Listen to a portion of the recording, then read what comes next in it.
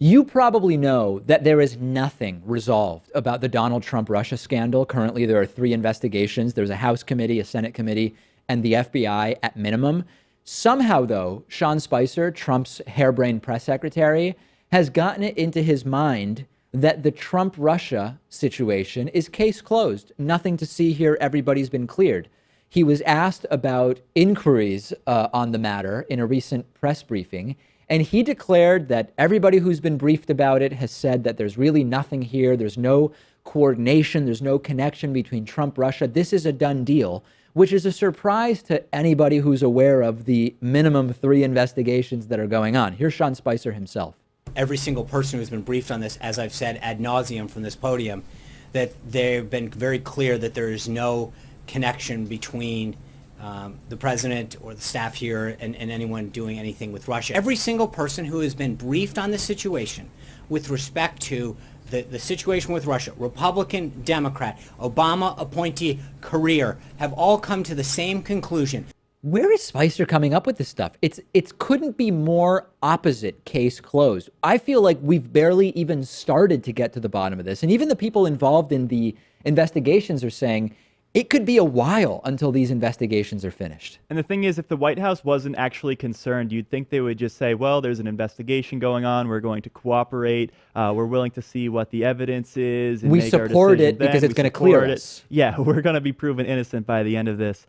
Taking the opposite approach is what he's doing here. Should Spicer be on suicide watch? And I say this because he's got to be struggling here, destroying his career, making a fool out of himself, starting on day 1 of the presidency, lying about the crowd at Trump's inauguration, and then just lying and lying and lying. He's got to be feeling like a joke when he goes to bed every night, don't you think? Well, I think at this point he realizes there's no way to redeem himself because he's already considered a hatchet man and has been since day 1. Do you think he maybe believes if he says it enough, people will say, oh, yeah, the investigations are over, even though they're not? Like, is it one of those, if you repeat a lie enough, it becomes the truth type of things? I don't know. It's tough to say with pathological liars.